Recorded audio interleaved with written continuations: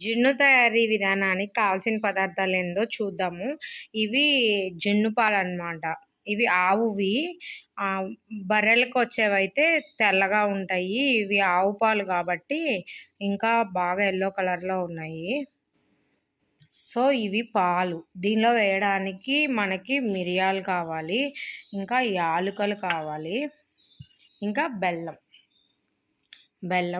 వీటన్నిటితో ఎలా తయారు చేయాలి అనేది మనం చూద్దాము. ముందుగా ఈ మిరియాలని కచ్చాపచ్చా దంచుకోవాలి. యాలకులు అంతే. బెల్లం మెత్తగా చేసి వీటన్నిటి మిశ్రమాన్ని దీనిలో వేసి బాగా కలియబెట్టాలి బెల్లం కరిగే వరకు.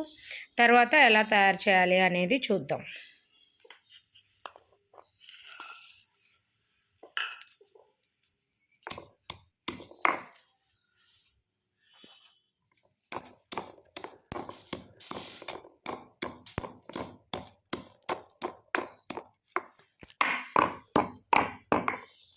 చూడండి ఇలా పచ్చాగా వచ్చాయి.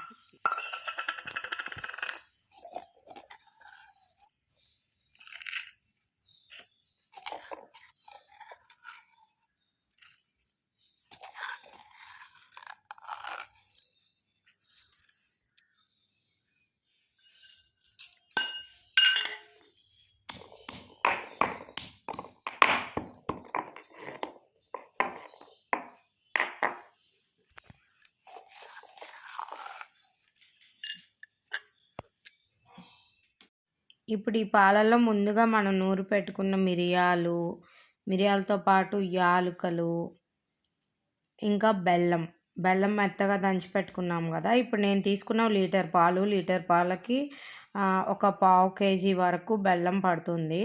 అవన్నీ వేసి బెల్లం బాగా కరిగే వరకు స్పూన్తో బాగా కలియబెట్టాలి. అప్పుడే బెల్లం పాలలో అంతా బాగా కరిగి మొత్తం ఒకటేలాగా ఉంటాయి. లేదంటే బెల్లం అడుగుకి వెళ్ళిపోయి వెంటనే కుక్కర్ మీద పెట్టేస్తే బెల్లం అడుగులో ఉండిపోతుంది. సో, అది బాగా కలియబెట్టుకోవాలి. ఇట్లా కుక్కర్ తీసుకొని కుక్కర్లో వాటర్ పోయాలన్నమాట. ఇప్పుడు మనం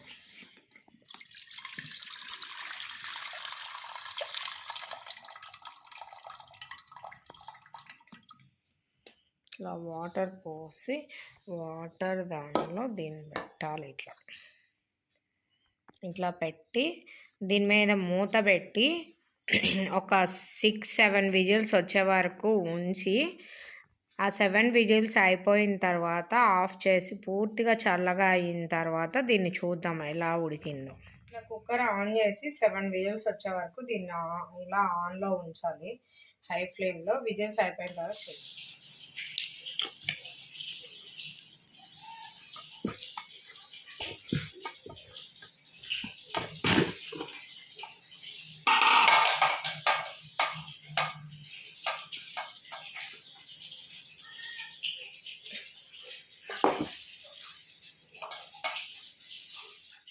అది పూర్తిగా చల్లారిపోయిన తర్వాత నైఫ్తో ఎడ్జెస్ని మనం అలా స్లోగా కదిలించి ఇలా ప్లేట్ మీద బోలించుకోవాలి.